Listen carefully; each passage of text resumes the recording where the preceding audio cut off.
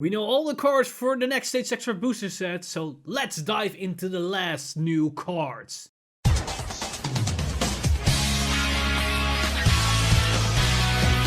Stand up! Vanguard! Hey Cardfighters, welcome back to another episode of The Road to Nextage, this series where we break down all the new news concerning Gear Chronicle. And with the entire card list revealed for the Nextage extra booster set, we now have the complete confirmation and official reveals of the last couple of Gear Chronicle cards which weren't released or we only had leaks of. So today's video, we're gonna cover all these last cards in close detail before we go into our big finale episodes where we analyze our entire journey from all the way back at the beginning of the Astro Force set and now year, where we can play and experience the full glory of Nextage. But before all that, let's jump right into these new cards, as some of them are interesting, but don't get your hopes up too high, as some of them aren't really that great. And we start off with the two cards that were leaked to us with a magazine scan, so we already have an inkling idea of what these cards are. And we start off with this grade 2, that is Team Fighter Shutol. And its ability is Auto. When this card is discarded from hand during your turn, costs Soul Blast 1, and your opponent cannot call grade 2 or greater cards from hand to the Guardian Circle until the end of turn. So this is similar to what we've seen with Gear Dragon, that when it's discarded, we get an extra ability off of its discard effect. On its own, it's not really that great because you need to discard it with another ability, and sure, within Gear Chronicle, with the whole Pseudo Stride Skill effect, we inherently are discarding cards, but the scene is not a grade 3, means you need to discard even more cards to be able to activate this ability. Luckily, with Gear Dragon, we can turn this into a grade 3, but then again, that means that this card is depending on Gear Dragon, which itself is already depending on Chrono Jet. So this is a very situational card. But the payout of this skill isn't really worth that situation. Forcing your opponent to not be able to guard with grade 2s and higher from hand doesn't yield a lot of value, as grade 2s only have typically 5k shield and grade 3s and higher have 0 shield. There's only two very specific situations that can come up where this card could have some value. That's if you're up against Altmal and they have a bunch of grade 2s in hand and they have their new Altmal VR skill active, so they're basically 10k shields in hand. So you basically block those 10k shields. The other scenario is when you're up against Dimension Police and they're sitting at Dialiner as a Vanguard and they have a couple of grade 3s in their hand, which then also are 10k shields. Only in those specific situations will this card have some value. Otherwise, it doesn't. And for that, it's probably not a very good card and will most likely not be run in any type of actual deck, as the payout is way too minimal. Then the second card from the leaks that we got was a new grade 4, and I speculated it was a rare, and now it's officially confirmed it is a rare, as we have this grade 4 Interdimensional Beast Isolate Lion. And its abilities are Auto and Vanguard Circle. When placed, look at the top card of your deck and call to Rearguard Circle. And its second ability is Act on Vanguard Circle. Once per turn, cost Retire Rearguard, search your deck for up to one grade 3 card, call to the Rearguard Circle, shuffle your deck, and that unit gets power plus 5k until the end of turn. So basically this gives you a free unit. As on the right, it calls the top card of deck. If it's a nice grade 2, grade 1 or grade 3, you can keep it and then potentially sacrifice a other card that isn't useful anymore and turn it into grade 3. If the superior called unit isn't useful at all and maybe it's a trigger or something that doesn't really do anything, then you can sacrifice it immediately and search out a grade 3. So it's effectively a solid +1.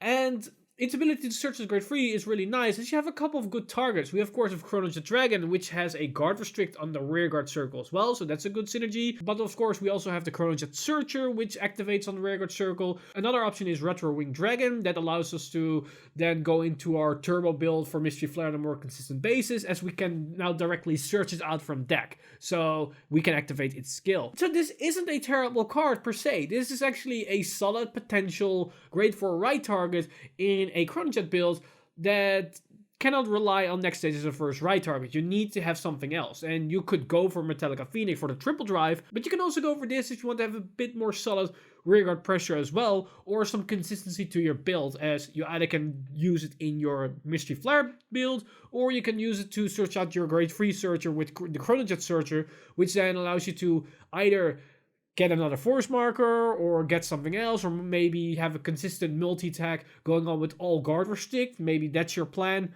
This allows you to do all this kind of strategy. So honestly, as a new grade 4 unit, I really like this design. This could be a solid addition to the grade 4 lineups and might actually see some play in the current build. And who knows, maybe sees even some plays in premium. This could be a solid target for premium as well if we have some really good rearguard grade 3s that aren't good enough if you need to draw directly into them, but if you can just fetch it out like this, for example, maybe make the max 3 solid enough. So now we get to a bulk of cards that weren't completely revealed, and we'll start guessing whenever these cards were gonna be officially confirmed. And we start off with the only vanilla in this set for Gear Chronicle, and all clans are gonna get a grade 1 vanilla, but every clan has a different type. And for Gear Chronicle, we get the double crit variant. So we have a 3k grade 1 with double crit. Will this do anything? Probably not. It is potentially useful as we have cards that can give units the Battle Dory effect, and because we have force markers and we can stack on multiple force markers, we can actually make it powerful. Like within a good example is for Rebellion, even Mystery Flare. So it's not completely useless, but it's not useful as well. So I'm sorry, Steam Digger Habul. You're a pretty nice artwork, but probably will never ever see play. And then we got 2 new support cards for the bind mechanic, and we start off with this grade 2, that is Steam Engineer Imta, and its ability is Auto Rigor Circle. When it attacks hits, cast bind this unit, draw a card, and bind a card from your hand. So basically on hit, you can bind it, so there's a +2 on your grade total, and then draw a card and bind something else. So you can then potentially bind another grade 3 or grade 4 from your hand. This sounds pretty solid as it helps you to turbo out through your binding grades. On paper, yes, but in execution, probably not, because the first hurdle of this card is that it needs to hit. Meaning your opponent probably will guard against it, as it's just a 10k unit, and without a solid booster or with force markers or whatever, it's not really threatening your opponent all that much, and they can just guard it with simply with 1 card from hand. So that's already a problem with this card. But another bigger issue of this card is that it is actually a hard minus, as you're removing this card from the field, you bind it so you lose that card, and then you draw a card, but then you immediately bind another card from hand. So that draw and bind is just a cycle on top of a -1. Sure, the cycle can maybe help you speed towards your key pieces that you need, but then again, in the early game where this type of skill is the most powerful, your opponent can easily guard against it as it's just a 10k unit, so it's a 5k block and that's it. So yeah, I don't really think that this will do much. Maybe it will do something because of the fact that it cycles and it can speed up your bind zone, but as far as I can see right now and what the cards we already have in the card pool, it is not ideal. So sadly, not a great addition to the deck. And then we have another similar bind card that might sound interesting and good on paper, but again, fails in execution, is this grade 1 Steam Performer Ibranum. And Ibranum's ability is Auto Rigor Circle. When your Vanguard is attacked, cast bind a card from your hand, move this unit to the Guardian Circle, and this unit gets shield +5 until the end of that battle. So basically, this card allows you to intercept with a unit from the back row, and it is a 15k interceptor. That's not bad, as 15k shield is a lot and can block a lot, probably most attacks these days with Excel and what's going on right now. But sadly, it's on the 7k body, so it isn't that ideal for offensive plays. But you can utilize it in the early to mid game, so it doesn't really matter, as you can just smack it behind your Vanguard, and then probably next turn already activate this ability, so you can negate an early damage. So it could be used in that. So you have early game, you're sitting at low amounts of damage. That is a possibility. But the inherent problem of this card is that you're intercepting a unit away. So you're already minusing yourself with 1 card from hand, basically, as it is a shield card. You're minusing 1 to block an attack. But the cost is not something like a Counterblast or Soul Blast or something. It's bind a card from your hand. So that's another minus. And sure, you're binding probably a grade 3 or grade 4, which are 0 shield. So you're not actively losing out on shield value. But you are losing out on card economy. And the fact that you need to guard for 2 cards isn't really that great. It's just like the grade 2, we're starting to minus more and more with these cards. And with the previous support that we had with all the bind cards, you at least have a card economy of 0. So you're not minusing, you're not plussing, you're at least cycling. And that's at least good, as you're advancing your game state, but you're not putting yourself in a disadvantaged position. These cards will put you in a more disadvantaged position. The only upside to this specific grade 1 is that it will sometimes circumvent guard restrict effect, as it doesn't come from hand, and it also isn't an intercept, as it's just a move to Guardian Circle by the skill itself. So I believe, but I'm not 100% sure, but I believe something like Glory Maelstrom cannot stop this ability from activating, as it's not an intercept from back row like we've seen with the Angel Feather grade 1 with the new Protect Marker interaction. As this just states, move it to the Guardian Circle, like we've seen with the Shadow Paladin grade 1s, that also allows you to just move cards to the Guardian Circle. So, in some scenarios, this could be a clutch card, while overall situations, not that deal. Another card that is really weird on card design is this new grade 3, and this is our giftless grade 3, Glaring Gear Bear. And its ability is auto Vanguard to Vanguard Circle. When your opponent's Sentinel is placed on Guardian Circle from hand, choose one of your opponent's rear guards that is not being attacked, retire it, and this unit gets power plus 5k until the end of turn. And it's not a once per turn, so basically every time your opponent is perfect guarding or placing a Sentinel, so even the new crit Sentinels, if they're placing them on the Guardian Circle, you get to retire one unit for free that you aren't attacking, but you probably are attacking the Vanguard as they're wasting a Sentinel card. So you can retire one unit for free and gives this card 5k. Okay, first off, if this card is attacking and they're Sentineling, and I'm going to go off a limb here that it's a perfect guard, the point of it getting 5k power is useless, as there's a perfect guard in its way. So that won't really do anything. It's only useful if this is on the rearguard circle or this isn't the unit that's attacking where the perfect guard is placed again. And probably means that it's on a rearguard circle and it's not your Vanguard unit. Issue is with these type of skills is that your opponent decide if you're going to get value off of it or not. If this thing is on the field, they might just keep the perfect guards in hand until they get rid of this card. And as soon as it's grade 3, you probably put it in the front row to get some value out of it. Also, the fact that it gains power, because if you put it in the back row, what's the point of the card? Yeah, you're going to get free retires, but Gear Chronicle has much better ways to get retires off if we actually really want to destroy our opponent's field. So this isn't really the thing. This ain't it. So sadly, it's once again one of those gimmicky cards that is just gimmicky. It's not good. It's just bad. So sadly, the last couple of cards for Gear Chronicle weren't that amazing. No Uratar and no TikTok Worker. But there's one other card that was revealed, as we knew that we're going to get our grade 3 Searcher, our triple R Steam Breath Dragon, and we finally got it. And we also know its unique skill, because first off, it has the generic skill, auto Vanguard to Rearguard Circle, when placed from hand, look at the 5 cards from the top of your deck, reveal the one grade 3 from among them, put it in your hand, shuffle your deck, and if the card was put in, discard a card from your hand. Yeah, we already know that story. All the grade 1s are going to get this. Ideally, with Gear Chronicle, however, this interacts with some of our mechanics, because we can discard our Chrono Tooth Tigar of this, and then activate it. We can discard our Smoke Gear Dragon, for example, or even Shutol if we want to go that route. So Gear Chronicle will get more value out of this effect than most other clans. Certain clans have the same way, but probably more on the fact that the cards are in the drop zone.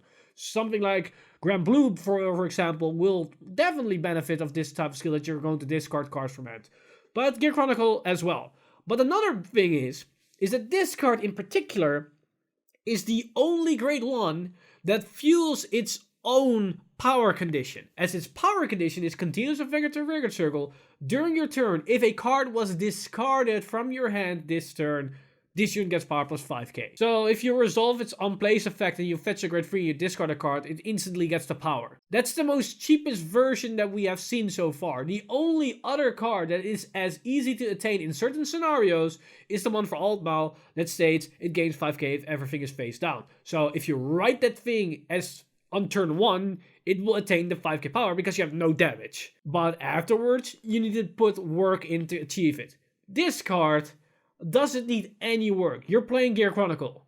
You're going to discard cards. And sure, Norakami with the binding as well. And most of these are easy to attain. But this is the only one so far that will 100% attain this ability just by the fact you play this card, as it discard a card on its own. So yeah, honestly, this is a really strong version of this type of unit, and it allows Gear Chronicle to have a better consistency, as we already are a clan that are playing with lower amounts of grade 3s because we are playing grade 4s. So I think this Searcher will have the most impact in Gear Chronicle itself. Sure, we have seen this with Revan and Claire that are playing with only 4 grade 3s, but we were doing it before it was cool. So step aside, Shutol Paladin. Step aside, Aqua Force.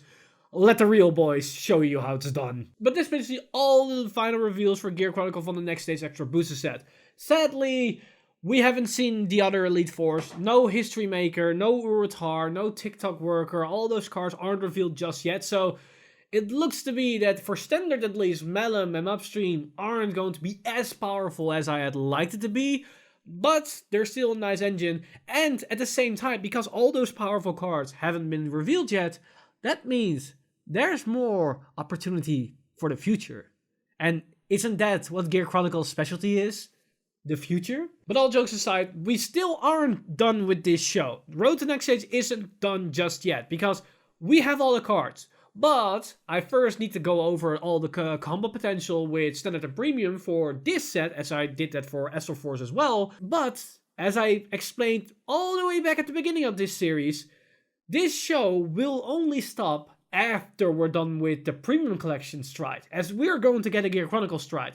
And maybe that would be good for the whole clan. This could have some impact with our support that we got now. Maybe not. We don't know so far.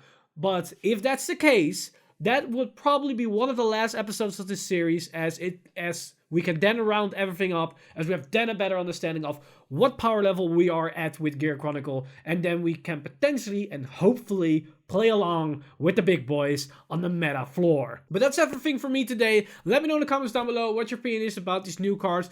Probably not all that high, but I have to say the new Stridefather Steam Breath Dragon, as well as the new Grade 4 Interdimensional Beast Isolate Lion, are looking pretty tasty, if you ask me. They can be actually pretty good, solid options for the build. Of course, Steam Breath Dragon is an obvious include, but Isolate Lion shouldn't be overlooked, if I'm very honest. It could be a very good option for either Chrono Jet or even maybe Mystery Flare build. And who knows, maybe Chrono Fang, but probably not. But let me know in the comments down below all your thoughts and opinions. And as always, guys, this video has been brought to you by our lovely patrons over at patreon.com/VanguardInsider. You guys are amazing. If you do want to support the channel or everything that's happening on the channel, then head over to patreon.com/VanguardInsider and become a Patreon today. But with that said, I'm Mr. Timely, and I see you guys in the next one!